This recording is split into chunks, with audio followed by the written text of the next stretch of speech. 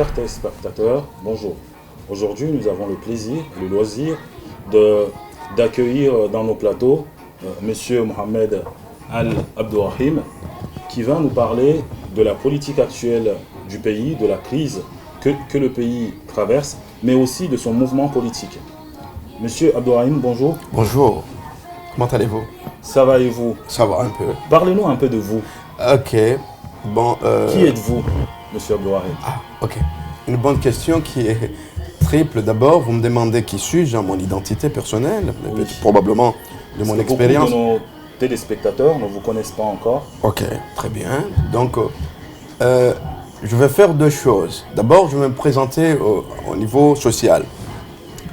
Je m'appelle Mohamed Al-Abdourahim Daoumachef. Je suis né au Comores. Et j'ai subi comme tant d'autres jeunes de mon âge, suite à l'indépendance, déraciné. J'ai vécu en France, je suis venu en France, grandir ici, à l'âge de 12 ans. Probablement, c'est vrai, les Comores ne me connaissent pas, puisque je n'ai pas grandi là-bas. Mais j'ai fait toute ma scolarité collège jusqu'à mes études supérieures, et voire même mes études universitaires, ici en France. J'ai peu visité les Comores. Pendant 30 ans, je n'étais que 2 fois, 3 fois d'ailleurs. La dernière, c'est 4 jours que j'ai passé ce dernier mois. Mais je n'ai jamais perdu pied pour les Comores. J'ai quitté les Comores, mais j'ai extraterritorialisé les Comores en étant à Dunkerque, puisque j'ai grandi à Dunkerque, au sein d'une communauté comorienne qui a essayé de reconstituer les Comores à Dunkerque. Donc j'ai fait mes années collège, j'ai fait mes années lycée. J'ai eu la chance, puisque ce n'est pas donné, je crois, à presque tous les Comoriens, d'avoir fait un 3e cycle. J'ai fini 3e cycle en 2 temps, en sciences humaines, en philosophie et en sociologie. Et puis j'ai vécu aux États-Unis et au Canada, presque pendant 10 ans. Je suis en Nord-Amérique, notamment au Québec, dont je passais 7 ans. Vous faisiez quoi? Je travaillais. Mais au Canada, aux États-Unis, c'était un post-doctoral avancé à l'université de Chicago. Donc, pour me résumer, socialement, je suis un Comorien d'origine, et grandi en France, sans jamais perdu pied pour la conscience comorienne. Et puis, j'ai eu cette chance exceptionnelle d'avoir fait des études supérieures qui m'ont permis de voyager énormément. Notamment, j'ai vécu certes au Canada, mais pendant cette période, j'ai pu voyager et découvrir le monde, puisque les postes Donc, vous avez vécu là-bas en tant qu'enseignant ou J'étais là-bas en tant que chercheur, et puis enseignant aussi, mais j'ai fait autre chose, plus qu'enseignant. C'est-à-dire, je me suis intégré vraiment à la vie québécoise. J'ai accédé, ça risquait de peu pour franchement devenir parmi les leaders québécois. Puisque j'ai intégré le mouvement nationaliste québécois, j'ai eu la chance de croiser dans mon parcours professionnel tout ce qu'on appelle l'intelligentsia québécois, nationaliste. J'aurais pu m'intégrer vraiment. Mais le souci de mon pays fait que je n'ai pas pu le faire.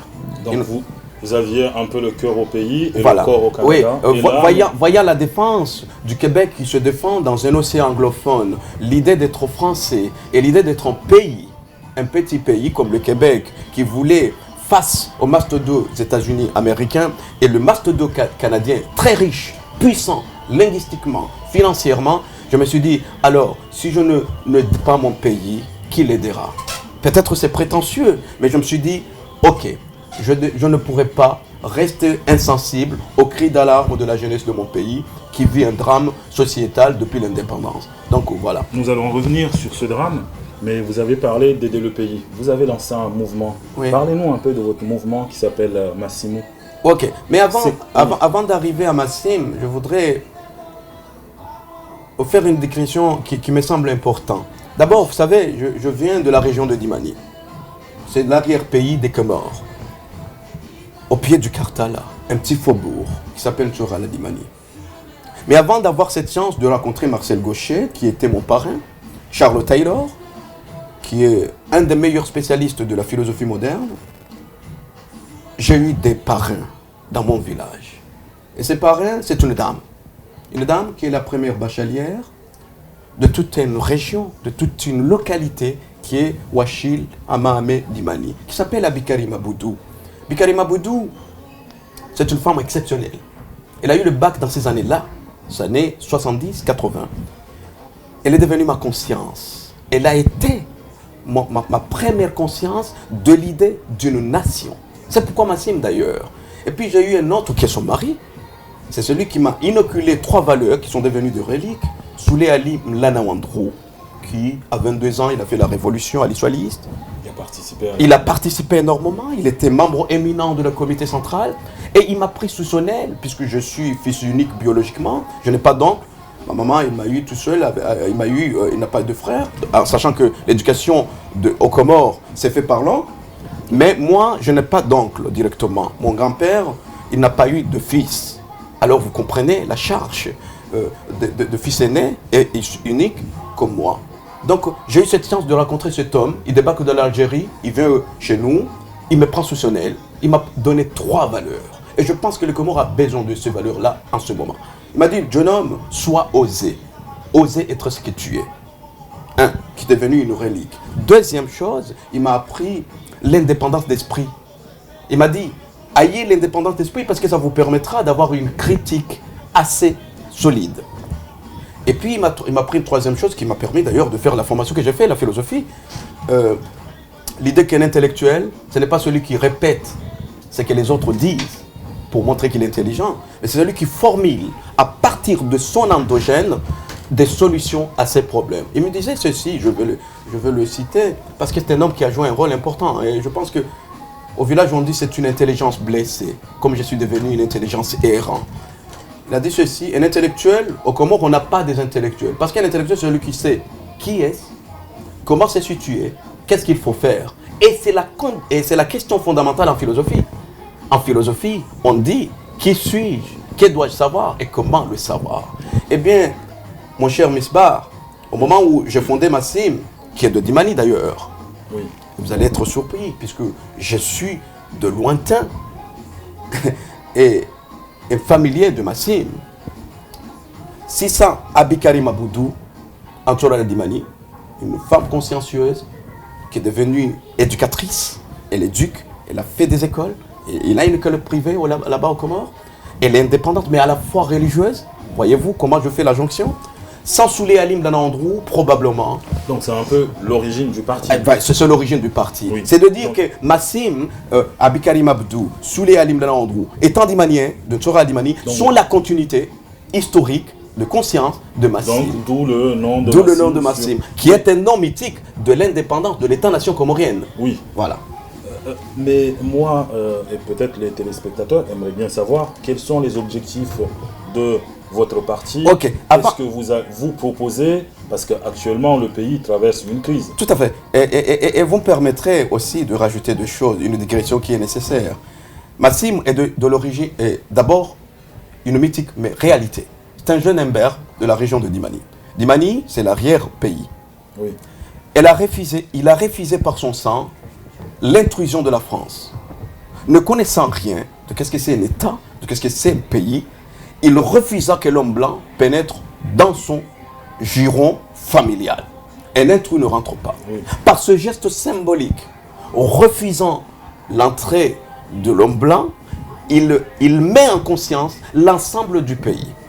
Oui. Mais aujourd'hui, dans la réalité. Donc Massim, oui. C'est d'abord cette conscience-là, c'est pourquoi je le pris le nom, et il vient de ma région. Moi, le petit bonhomme que vous voyez là, il s'appelle Mohamed Al-Abdourahim, né par Mariam Binti Aliani, là où Massim a fait la bataille, qu'on appelle la bataille de... Mais vous, actuellement, il n'y a pas... Pourquoi je le prie? Ben oui, c'est pour symboliser l'indépendance. C'est pour symboliser aussi la dignité, parce que depuis 45 ans qu'on a indépendant, là on vient de fêter l'indépendance. Oui, mais quel rôle va jouer votre parti politique? Ce n'est pas un parti politique comme... C'est un mouvement politique. Voilà, c'est très bien, vous l'avez bien fait de me poser la question. Ce n'est pas le mimétisme des partis politiques. Nous avons pour rôle, nous, de conscientiser le peuple comorien.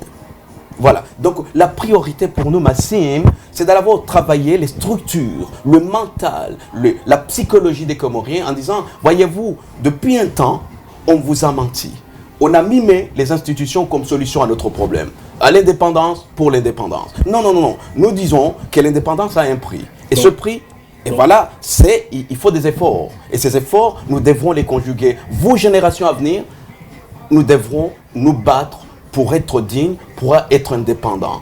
Et ça a un prix. Il faut qu'on se forme, il faut qu'on ait une économie endogène, il faut qu'on résout nos problèmes nous-mêmes et qu'on n'attaque pas le Messie venant d'un ailleurs. Les connaissants d'un ailleurs, c'est une forme d'autre colonialisme. Voilà. Donc, Massim, comme symbole du refus du colonialisme datant, extérieure, aujourd'hui, elle se donne comme mission la non-colonisation interne.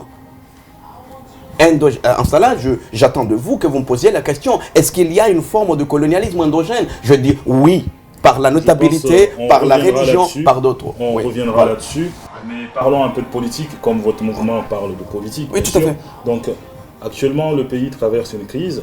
Il y a eu les assises nationales. Le président a décidé de transférer les compétences de la Cour constitutionnelle à la Cour suprême. En tant que président de mouvement, votre avis sur cette décision légale ou pas? Vous me le posez comme ça, question directe ou indirecte, je n'aime pas beaucoup, mais je vais répondre. Légalement, non. Azali n'a pas le droit de changer, comme ça d'une façon unilatérale, les institutions du pays. Il a fallu une concertation commune entre les opposants et l'Assemblée nationale. Or, depuis l'arrivée d'Azali, il n'y a aucun exercice parlementaire. Donc là, c'est un premier défaut. Azali n'a pas le droit, légalement. Il n'était pas voté dans son programme pour changer la Constitution. Au contraire, on l'a voté pour résoudre un certain nombre de problèmes sociaux, économiques et éducatifs du pays. Il avait inventé le concept d'émergence. Mais maintenant, si je vais aller au fond du chose, les Comoriens ont l'habitude depuis 45 ans de croire à chaque régime que les institutions sont l'alpha et l'oméga de nos problèmes. Et là, face à une opposition qui ne font pas de propositions alternatives, mais qui s'opposent pour s'opposer, en fait de partager le pouvoir, eh bien, moi, le Massim, nous disons non. Ni Azali, qui est un crapuleux dans ce sens-là, c'est un dictateur. Ah oui, oui, pour moi, Azali il a un comportement de voyou. Il est élu légalement, de façon démocratique. Vous n'avez pas peur? Je n'ai pas peur de quoi? De dire les vérités de mon pays. Azali, je ne dis pas le voyou dans le sens qu'il a volé, mais il a un comportement, sa manière d'agir sont des comportements de voyou. Il s'assimile à des voyous. Oui, parce qu'il est illégal. Ce n'est pas la légalité. Et quand on n'est pas dans la légalité, il faut oser dire les mots. Azali, dans ce stade-là, il se comporte comme un petit voyou. Jacques Horta qui joue avec l'institution. Parce que les Comores n'ont pas cette assurance de dire non, messieurs. Oui. Voilà.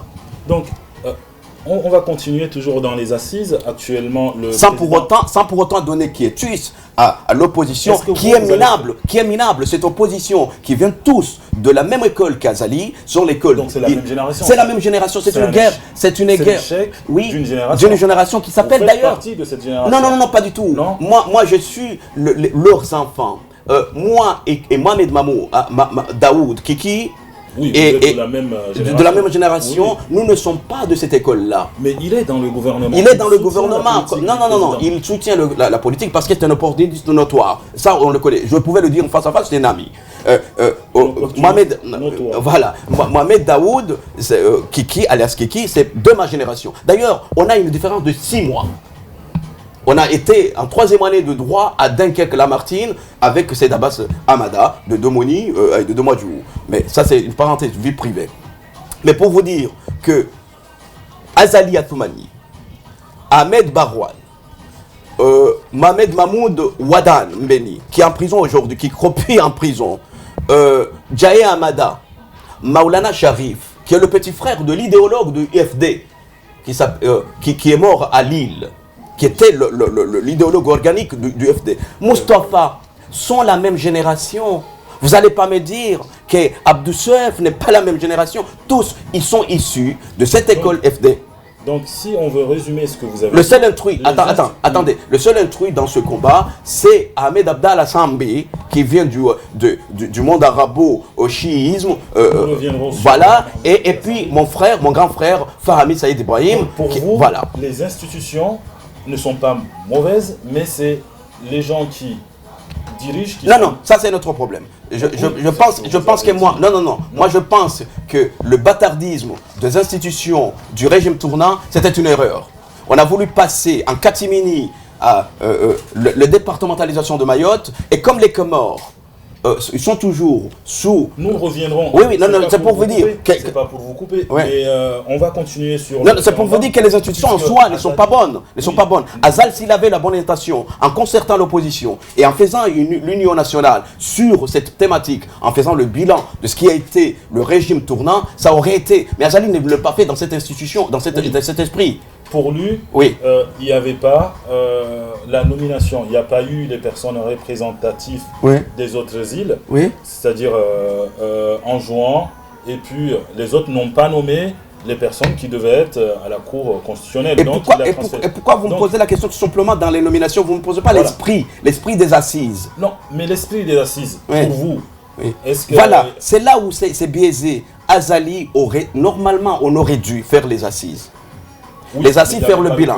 Voilà. Mais Azali, il a trouvé l'opportunité imitatrice qu'il a fait comme on l'a fait au Zaïre, à l'époque de Mobutu Sese Seko. Et on l'a fait au Côte d'Ivoire, à l'époque de Houphouët-Boigny. On l'a fait à Burkina Faso, à l'époque de Blaise Pambo. Ça veut dire quoi? Pour se maintenir au pouvoir, ces présidents afro-africains ont le génie de prétendre par la pression extérieure de faire quelque chose de la démocratie. Mais en vérité, c'est pas ça. C'est pour se maintenir. Donc Azali, il savait qu'en faisant les assises, elle va biaiser l'opposition, incapable de faire une proposition alternative. Parce qu'ils sont capables aussi. Ils sont incapables. Oui. On se dirige vers les référendums. Il y a une convocation. Massim, il rejette catégoriquement ce référendum qui est illégal. Vous allez appeler à voter tout à fait. Oui ou... Non, à s'abstenir. Ni donner quiétude à l'opposition qui est minable, l'opposition de Wadan, de El Arif, de Hassani Hamad et de Ahmed Barouane, qui sont l'alterego. Oui. Non, il n'est pas dans la même position que moi. Elle dit, nous opposons à Azali parce qu'elle n'est pas. Mais qu'est-ce qu'il propose? Voilà, qu'est-ce qu'il propose? Il demande à ce que la tournante soit respectée. Ok. Mais est-ce que la tournante est la solution? Pour une opposition qui est là, il voit l'embryo kafkaïenne d'une façon d'avoir des sous-présidents bus chaque île, qui est l'atomisation de l'espace public de la nation comorienne, nation qui n'a pas encore parachevé l'indépendance. Alors je dis à cette opposition, vous avez failli, parce que la tournante n'est pas la solution à notre problème. Est-ce que la tournante nous a pas permis de rester dans la stabilité pendant 15 ans? Non. Elle a permis à la France de départementaliser Mayotte sans coup foiré, à rabais en plus. Et Azali aujourd'hui est en train de parachever un système. Pourquoi? Parce que Mayotte coûte cher à la France. Et comme la France ne veut pas payer la départementalisation à la hauteur des enjeux, eh bien, il envoie encore une fois ses commis internes pour déstabiliser l'autre parti. En ce temps-là, il pourra toujours montrer aux Mahorais, voyez-vous, vous valez mieux que votre maison patriotique. Donc ces gens-là, je le dis, vous avez failli. Je dis à Moustapha, certes, vous avez conscientisé la lutte contre les mercenaires, mais vous n'avez pas émancipé le peuple comorien pour comprendre là où il est ses enjeux. Je dis à Mohamed Ouadan Ambeni, c'est vrai, vous faites la prison parce que vous prétendez faire des manifestations, mais si ces manifestations pour l'intérêt général de la jeunesse, qui prend le bateau, le Kwassa, qui prend les traversées du désert par la Libye jusqu'à être soumis en esclavage, jusqu'à la Méditerranée, est-ce que vous avez conscience, Ouadan? Pour vous, les manifestations devrait s'arrêter. Non, c'est pas comme cela. Vous les condamnez. Là, vous dites que... Non, je ne dis pas, je dis tout simplement que cette opposition frontale avec Azali, elle est empiriquement observable, on l'observe, mais est-ce qu'elle propose quelque chose d'autre? Non, pas nécessaire, je ne sais rien. Ne me fais pas dire ce que je ne dis pas. Mais l'opposition demande ce que vous dites là. C'est-à-dire que le rétablissement de la Cour constitutionnelle, le non-référendum... Moi je dis, vous ne m'avez pas posé la question de ce que je dis quand je dis je suis contre je m'abstiens.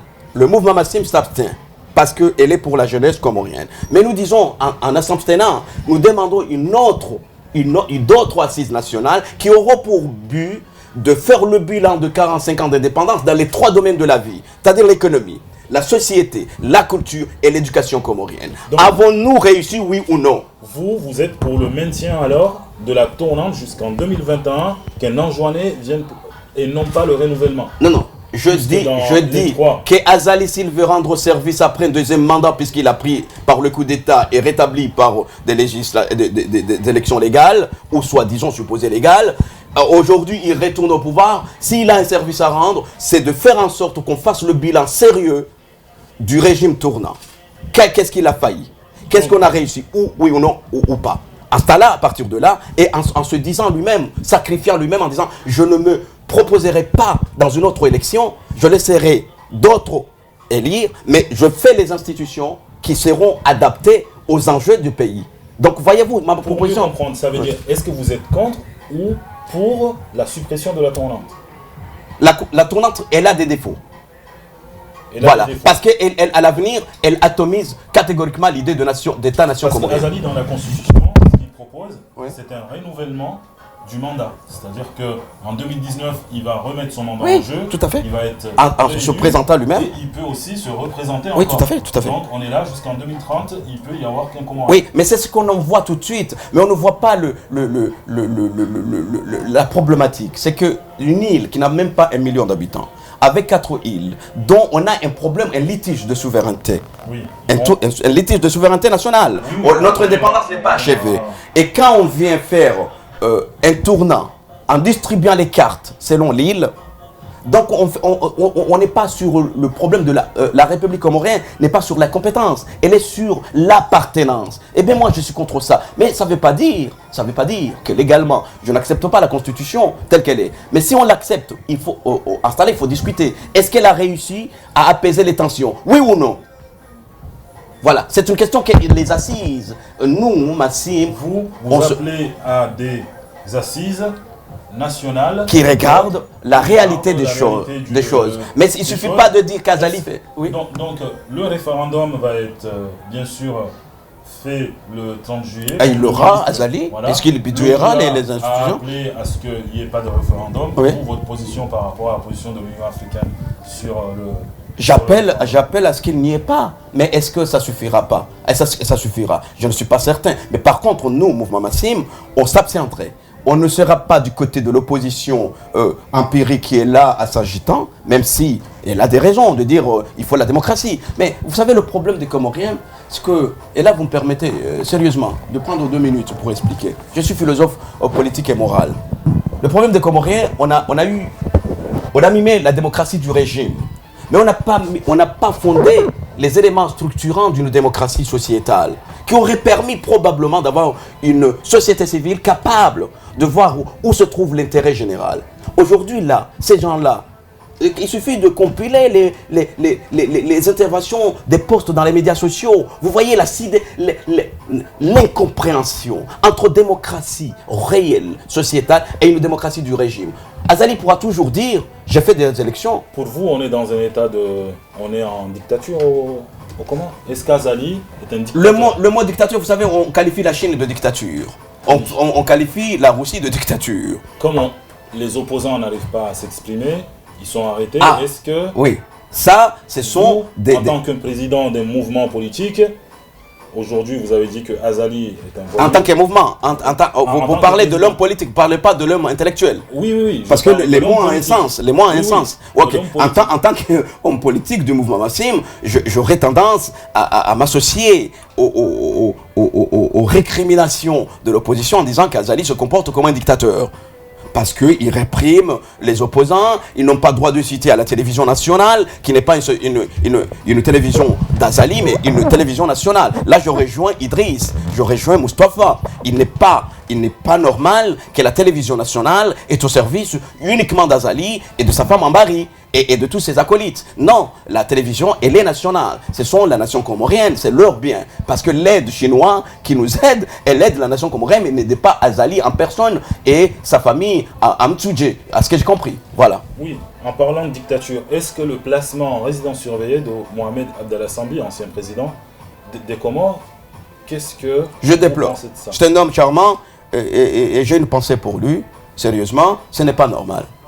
Un ancien président de la République ne devrait pas, sauf à commettre un crime ou de haute trahison de la nation, être comme ça, privé de ses droits de mouvement. Je pense que Azali fait une erreur monumentale avec mon ami. C'est un abus.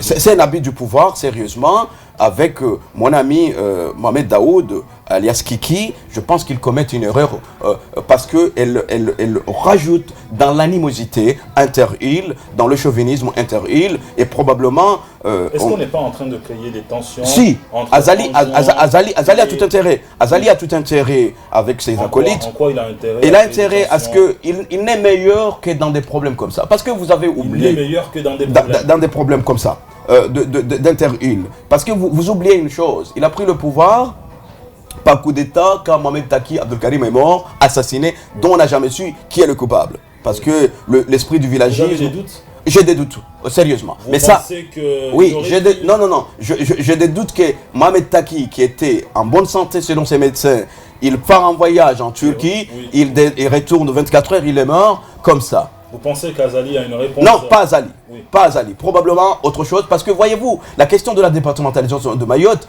elle remonte des années 2002. Oui.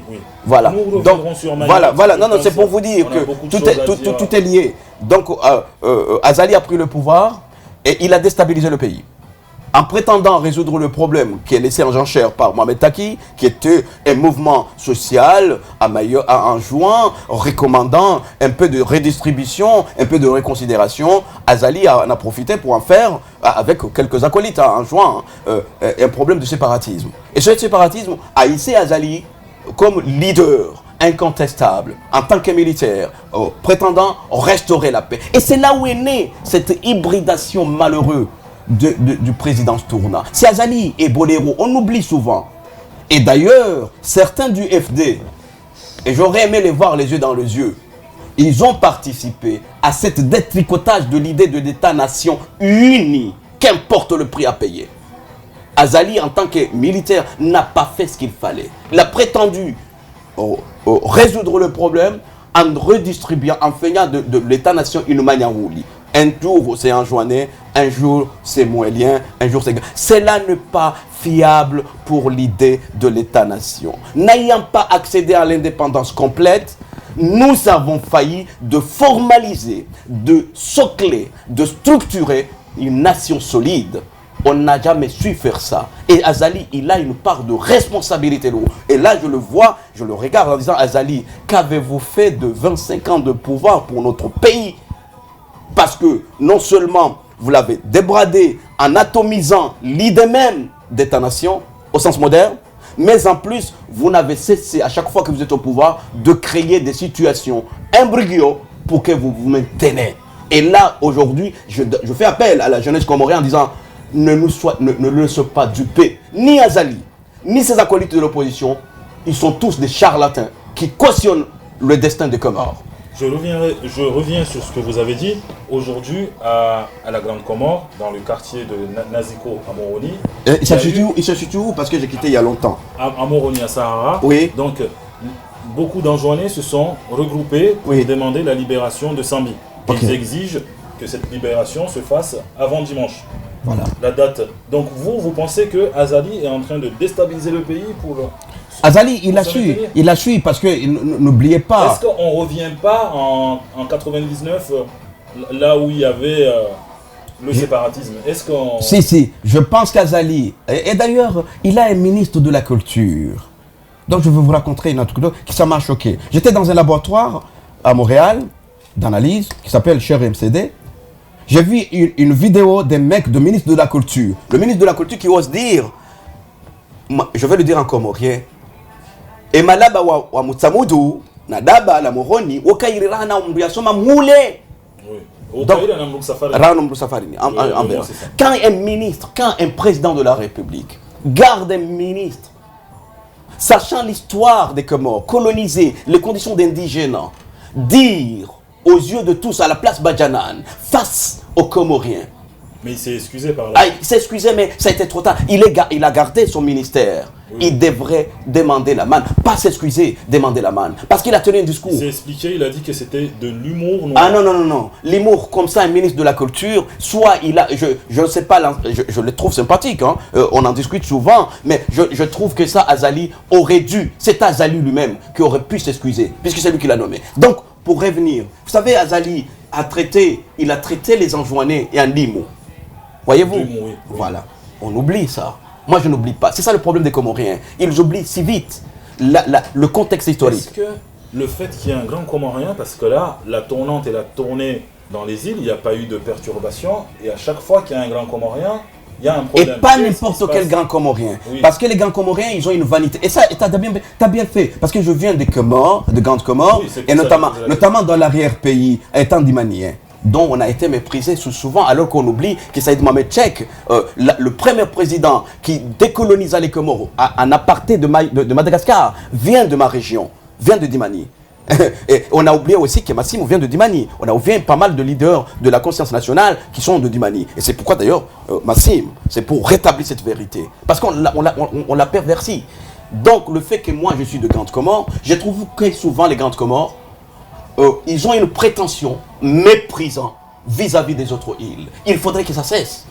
Azali, là, ce qu'il fait... On n'est pas plus comorien que les autres. Que les autres, on n'est pas plus comorien. C'est ce que les Anjouanais exigent. On n'est pas plus comorien. Et il y a une expression, il y a une expression comorien, grande comorien qui me horripile, qui est Watamadzi. Il faudrait que ça cesse. Les grandes Comoriens doivent comprendre qu'en jouant Moélie, Mayotte ont le même droit de la comorienté s'il en existe et si nous avons la prétention de faire un État-nation qu'est n'importe quelle île. Vous avez parlé de Mayotte. Revenons un peu à Mayotte. Il y a une crise politique actuelle entre la France et les Comores sur la question de Mayotte. Le ministre des Affaires étrangères a bloqué toutes les expulsions. Il n'accepte plus les expulsés de Mayotte. Le ministre de notre pays. Voilà. Amin. Oui, et il y a une crise qui fait que actuellement les Comoriens qui n'ont pas la nationalité française ne peuvent pas venir en France. Il y a le blocage du visa. Parlons un peu de Mayotte. Est-ce que pour vous, Mayotte est comorien? Et comorien est une Mayotte, le peuple, les habitants de Mayotte font partie de du peuple comorien. Et pourquoi ils ne votent pas? Je vais revenir. Vous me laissez là, parce que c'est une question qui a empoisonné l'avenir des Comores. Le fait que l'indépendance n'est pas accomplie, puisqu'il y a la départementation de Mayotte, il faudrait qu'on soit sérieux sur ces questions-là, Misbah. Et moi, je suis complètement à l'opposé de tout la manière qui a été procédée jusqu'à présent. Puisque je n'ai pas connu le colonialisme de l'indigène. Nous ne l'avons pas connu. Nous l'avons pas, notre génération. Mais qui plus est, aujourd'hui, je constate en tant que sociologue qu'il y a une cinquième île des Comores au sein de la République française en métropole. Donc ça complique les choses. Il y a 25% de la population comorienne qui sont de fait ou de droit français, en dehors de Mayotte. Alors, si ma mémoire est bonne, à chaque fois qu'on a un problème, le problème comorien, on dit c'est parce que Mayotte est départementalisé. Moi, Mohamed Abdourahim et le mouvement Massim, nous considérons que Mayotte fait partie à la fois au sens anthropologique, au sens politique, au sens culturel, au sens sociétal de la nation comorienne. Maintenant, les habitants de Mayotte sont sous administration de l'ancienne puissance coloniale, légalement au sens mécanique, mais non légal au sens institutionnel international. Ça veut dire quoi?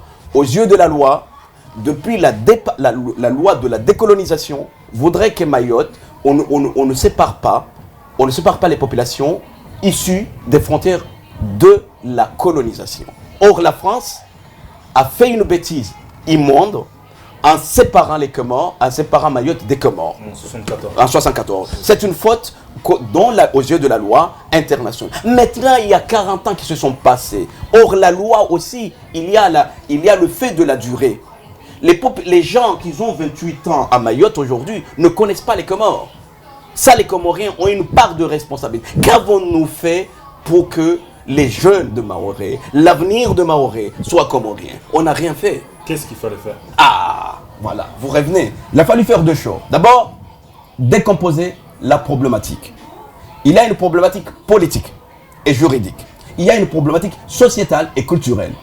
Tant que Maoré, les habitants de Maoré sont les cousins, non pas germains, mais des cousins biologiques, sociétales, culturels, anthropologiques, des Comores, font partie de la population comorienne, il a fallu avoir un discours qui va dans ce sens. Or, on ne l'a jamais tenu. On a toujours tenu le discours politique et juridique à la Ali Abdou Elani et Idriss. C'est-à-dire, les Comores ont été reconnus dans l'ensemble des 4 îles et ils ont laissé le travail nécessaire, qui est la culture, les relations culturelles, l'apaisement, la discussion permanente avec nos collègues. Moi aujourd'hui, voyez-vous un gars comme Tami Swali, le sénateur, je suis prêt à discuter avec lui. Parce que c'est un homme intellectuel qui n'a pas connu. La solution de Mayotte, c'est de discuter avec les Mahorais directement. Je pense c'est un problème, oui. Je pense d'abord que notre génération... Miss Barr, excusez-moi. Je pense que la génération à nous, qui ont 40 ans, nous devrions s'asseoir pour apaiser d'abord l'animosité, faire comprendre la part de chacun et comprendre la situation de chacun. Comprendre que Tami, qui est sénateur français, qui n'a pas connu le colonialisme, comme moi, Mohamed Abdourahim, et il a fait ses études de droit, je pense savoir, au Panthéon, et que moi-même j'étais à son voisin, à Paris 4. Donc on pouvait discuter. On pouvait s'asseoir et discuter. Dire, Tami... Pour vous, il faut arrêter de discuter avec la France, mais discuter directement avec... Il faut arrêter le discours pompeux, juridico, je ne sais pas quoi. Il faut aller dans un discours organique. Il faut se diriger vers l'impasse, là. Voilà. Sinon, on se dirige vers l'impasse, mais je pense qu'à la longue, Mayotte, débradée dans son départementalisation, puisque la France, sachant que la misère sidérale qui frappe les Comores, ce n'est pas la peine de donner plus à Mayotte, et sachant la situation d'instabilité chronique qui fait fuir les populations comoriennes des autres îles vers Marseille et donc il faut nouer un dialogue d'abord. La lutte contre l'immigration c'est notre problème. Moi je suis contre l'immigration comorienne, notamment en France, parce qu'elle abêtise les sociétés comoriennes. Mais je veux dire par là qu'en ce moment même, notre génération, nous pouvons nouer un dialogue avec des gens comme Tami, qui est notre génération, qui regarde le monde différemment, et pour comprendre chacun, comprendre les raisons de notre indépendance, comprendre ses raisons à lui pour la départementalisation. En ce temps-là, on pourra trouver une médiation. Qu'est-ce qu'il faut faire? Vous appelez à la médiation? J'appelle à la médiation avec nos collègues mahorais et non l'animosité. J'appelle à ce que les Comoriens comprennent que la départementalisation de Mayotte, les Comoriens ont y participé d'une manière indirecte. Est-ce que la décision d'Amin Seuf ou du gouvernement d'interdire les expulsés de Mayotte, vous la soutenez? Ça c'est un problème politique de manche. Franchement, Amin Seuf aura intérêt pour se maintenir puisqu'il sait que la survie des Comores aujourd'hui, c'est Western Union, c'est l'argent qu'on envoie. Donc, de la diaspora. Vous avez parlé de Western Union. Est-ce que la diaspora est la solution pour le développement des Comores? Est-ce que c'est le pétrole comorien pour vous ou bien c'est cette main qui nous fait encore retenir et qu'on ne se développe pas puisque le fait de financer gratuitement sans savoir où va l'argent ne fait que... Est-ce que ça fait avancer le pays? Mais Sbar, je vais vous donner 2 références. Oui. J'espère que les jeunes Comoriens auront la curiosité d'aller chercher. Il y a un auteur que j'affectionne très bien qui s'appelle Apandourai, qui est indien, qui est un sociologue de la mondialisation. Mais plus que ça, il y a notre ami, même si je ne partage pas tout ce qu'il dit, Kémy Séba, le jeune tonitruant. Qui demande... Voilà. Et je pense que l'immigration africaine, particulièrement en Europe, est le poison de l'Afrique, à long terme. Et je pense sincèrement, moi, à Mohamed Abdourahim, ayant pu constater ce qui se passe en Asie, par la chance que j'ai eue de voyager, et ce qui passe en Nord-Amérique, je pense que dans l'anthropologie récente de l'histoire des sociétés, aucune émigration d'un pays n'a aidé le pays origine à se développer. Elle aide à se maintenir, à survivre, mais jamais. Je vais vous donner des chiffres. Le Liban est l'un des convoyeurs internationaux d'immigration. Il y a 11 millions de Libanais de diaspora. Je vous laisse juger. Le Mali, en Afrique, elle est l'un des convoyeurs d'immigrants. Je vous laisse deviner. Je vous donne aussi le cas de Haïti, que je compare si souvent avec les Comores. Voilà. Donc, il y a à peu près un demi-million de Haïtiens au Canada. Et pourtant, le Haïti, elle est là. Pourquoi l'immigration n'est pas la solution? Pour vous, la diaspora n'est pas la solution, l'envoi d'argent? Ah, pas n'importe comment. Une diaspora comme la diaspora juive, comme la diaspora chinoise, qui sont une fierté nationale de leur pays d'origine, historique, oui, parce qu'elles investissent dans les domaines porteurs. Elles investissent d'abord dans l'éducation, l'élite. Nous, la diaspora comorienne, elle est misérabiliste, elle est survivrière. Donc il faut canaliser cette masse d'argent vers des projets. Ça, c'est un problème technique, ça. C'est un problème économique. Mais je parle de la nature même. Si la diaspora comorienne, dans l'état actuel, dans la conjoncture actuelle des Comores, le fait que Mayotte est départementalisé, ah ben, le fait qu'il y a une prétention d'organiser politiquement la diaspora, c'est une erreur. Mais économiquement aussi, elle est biaisée parce qu'elle n'est pas celle qui fait une rationalité d'économie. Elle fait survivre. Tu vois là, moi je vais envoyer de l'argent pour le collage de mes cousins aux Comores. Mais ces cousins-là, je sais qu'ils fréquentent une école dont l'avenir, probablement, ne pourront pas faire des études supérieures de haute qualité. Donc j'investis dans une dérision. Mais je suis obligé. Donc Pour, vous participez. je participe à une façon inconsciente à nivellement de mon pays.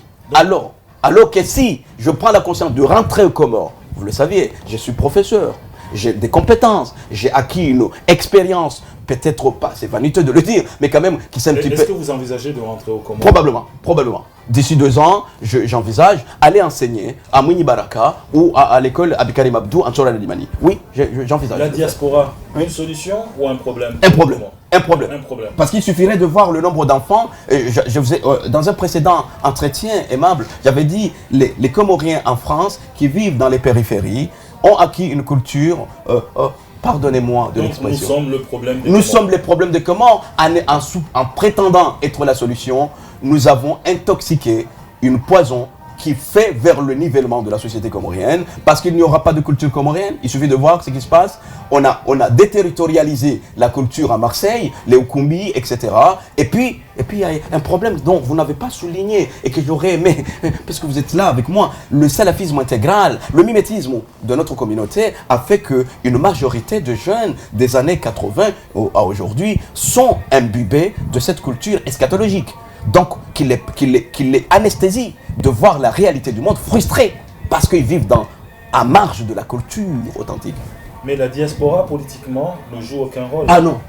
Elle ne joue qu'un communisme prolongé du colonialisme. On n'a pas le droit de vote. Est-ce que pour vous, on doit absolument être représenté par un député et avoir le droit de vote pour qu'on puisse être une solution, puisqu'on est censé être indépendant ici? Misbah, voulez-vous vraiment le fond de ma pensée? Oui. Je suis français, à part culture, c'est vrai, même si je suis black, mais je suis acculturé français. Mais je suis de nationalité française aussi, mais j'ai accepté aussi certaines valeurs de la France, notamment l'égalité homme-femme, la laïcité. Je suis un gars laïque. Voilà, donc je me sens bien et je parle français, même avec un accent de Tchora Limani, mais je parle français. Donc, mais je pense, si vous me posez la question, c'est pour savoir, est-ce que la diaspora doit être représentée? Oui, mais entre nous sérieusement, Tami Ibrahim, sénateur de Mayotte. Il est comorien. Il est d'origine comorienne, mais de Mayotte. Oui. Voilà. Mayotte est département français. Oui. Voilà. Si demain, Misbah ou Abdourahim Mohamed sont élus au nom de la diaspora comorienne, quelle serait la différence entre le département français et la communauté comorienne en France? Aucune. Donc, conclusion, Mayotte peut rester français. Ok, donc il pourra aussi revoter aux Comores. Oui, mais ils ont le droit normalement, ils sont comoriens. Ok. Tous ceux qui demandent la nationalité l'obtiennent. Donc en ce temps-là, la frontière morale, la frontière morale et donner politique. le droit de vote à la diaspora revient aussi à donner le droit de vote aux Tant que Mayotte est resté département français, moi j'aurais tendance en tant que nationaliste comorien, patriote, à dire qu'on devrait, je veux le dire vulgairement, comme on dit au Québec, le mettre en veilleuse. Ne pas s'afficher officiellement parce que tant qu'on n'a pas résolu le problème de la départementalisation et que le citoyen français d'origine comorienne se trouve sa place en France, là on est en double administration colonio-étatique formelle. Et là c'est dangereux, c'est ce qui se passe. C'est pourquoi les Comores ne pourront jamais avancer. Tant qu'on n'a pas résolu le problème, je ne dis pas le retour de carré catégorie, parce qu'on pouvait être comme d'autres États qui... Le Costa Rica a une double administration. État américain au niveau officiel, mais administrativement avec une autonomie. On peut les Comores. C'est une solution, hein. Il faudrait l'envisager en tant qu'intellectuel, je peux l'envisager, de dire nous n'avons pas assez suffisamment de maturité économique, sociale, culturelle pour être indépendants. Pourquoi pas ne pas léguer, ne pas déléguer certaines charges régaliennes de l'État comorien que nous n'assumons pas à l'État français avec le département de Mayotte. On peut le faire, hein. Et d'ailleurs, Ahmed Abdallah Sambi l'avait envisagé en même temps de faire une double administration, un pays avec une double administration, externe et interne. Donc aujourd'hui, tant que là, c'est de gnagnes, les gens qui s'agitent ici en disant la diaspora, oubliant que Mayotte est français, tant qu'on n'a pas résolu ce conflit, je pense que l'organisation politique et culturelle officielle, pas officieuse, on peut toujours vivre. Moi, on peut manger des bananes ensemble. Mais le fait de l'afficher officiellement, pour être reconnu dans le sens du multiculturalisme et du communautarisme, je trouve que ça, c'est un biaisement. Et c'est faux. Ces gens-là ne sont pas conscients. Ils n'ont pas pris la mesure de qu'est-ce que c'est être indépendant. Nous ne pouvons pas nous voir sans bien sûr parler de la citoyenneté économique, vente de passeports à des apatrides.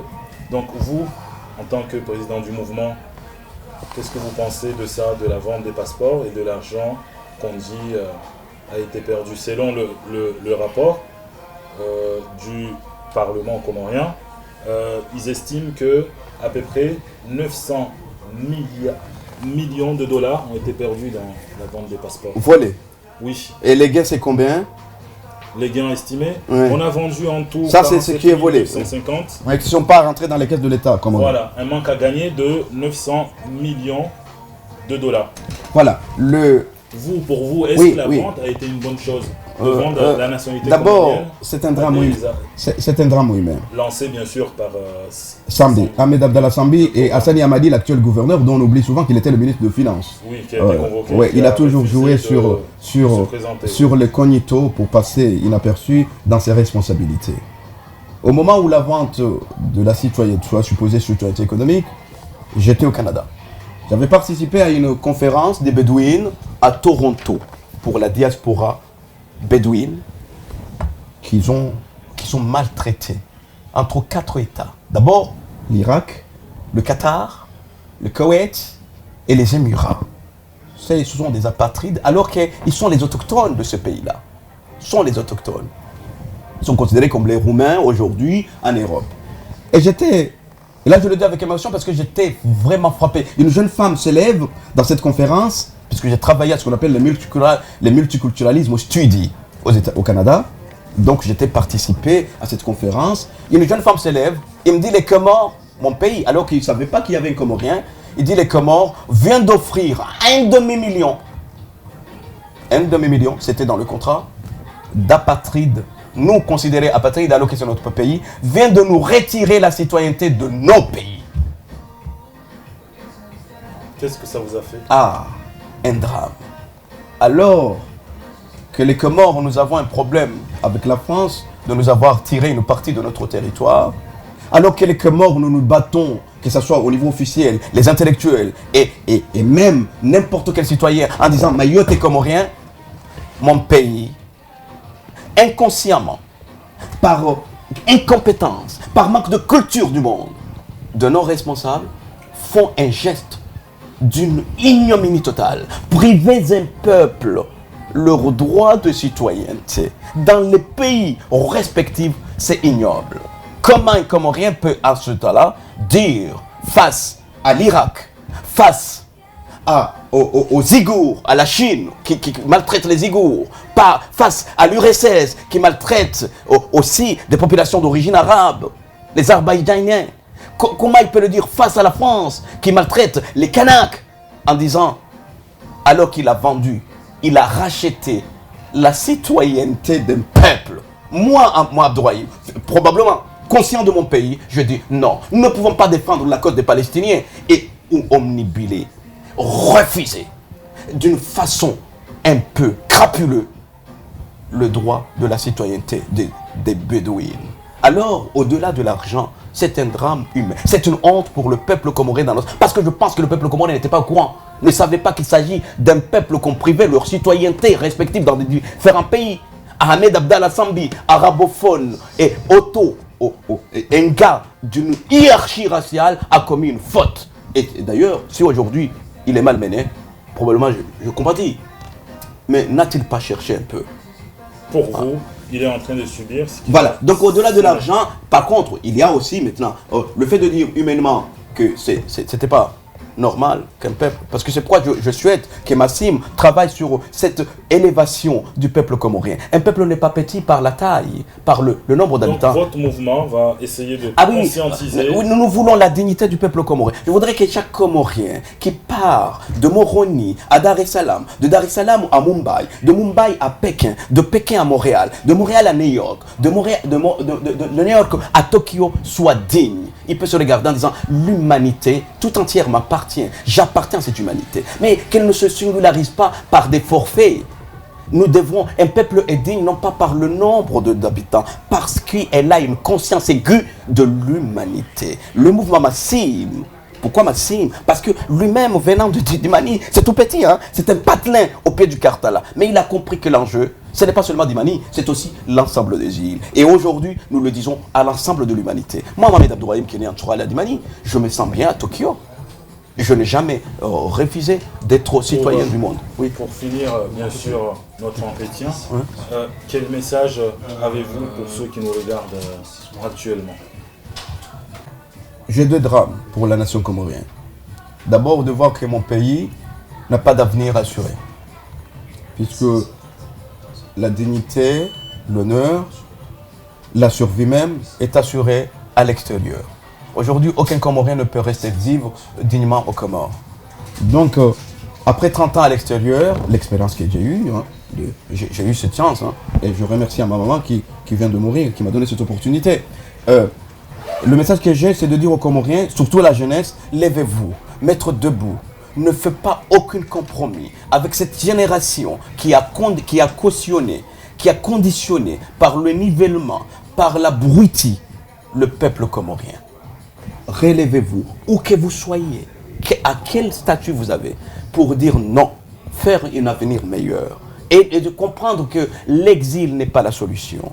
L'incompétence n'est pas la solution. L'islamisme rampant n'est pas la solution. Il faudrait reformuler de fond en comble la matrice de l'imaginaire collectif de notre pays pour être prédisposé à entendre la rationalité qui développe. C'est ça ce que je veux envoyer au message d'un jeune qui est à Dakar, d'origine comorienne, qui vient souvent dans l'université à bas de gamme, parce que le meilleur du Dakar, lui, il est à Montréal, à McGill College. Le meilleur du Marocain, lui, il est à Oxford. Le meilleur du Burkina Faso, dont il sous-traite nos étudiants, il est, lui, à l'école de Shanghai. Dire aux Comoriens, à la jeunesse comorienne, vous êtes intelligent. Et l'intelligence n'a pas de géographie. Ce n'est pas parce que vous êtes un Comore que vous n'êtes pas intelligent. Vous pouvez. La villagisation du monde vous donne des opportunités inouïes. Réveillez-vous. Ne laissez pas Moustapha, même s'il a une conscience anti-mercenaire. Ne laissez pas Azali Assoumani, même si aujourd'hui elle semble être puissante. Ne laissez pas mon frère Mohamed Daoud Kiki. Vous cautionnez l'avenir. Réveillez-vous. Revenez, on discute. Il ne s'agit pas de politique. Moi, je n'en veux pas du politique. Je n'en veux pas du pouvoir. Mais ce que je veux, c'est changer l'imaginaire collectif de notre pays pour un avenir meilleur. Vous savez de quoi? Ça passe par la compétence. Il est possible que les Comores puissent accéder à la compétence dans les domaines de la vie, la santé, l'éducation, l'économie et même la culture. Quand Azali prétend donner le concept saut d'émergence, l'émergence, on investit dans l'immatérialité. Davantage des efforts dans l'éducation. Quand vous allez dans les universités comoriennes, vous voyez le nivellement de l'enseignement. On prend les mauvais, on ne prend pas les meilleurs. Dites aux jeunes Comoriens, M. Bar, partout où vous passez, prenons les meilleurs d'entre nous pour enseigner. Mais quand un pays prend les mauvais parmi eux, encore pour tenir le rôle d'éducateur, on voit l'avenir. Donc, notre pays mérite aussi la compétence. Le lettre mot, c'est la compétence. Merci. C'est avec ce beau message envoyé à la jeunesse que nous allons nous arrêter là et à très bientôt sur Comores Info. Merci.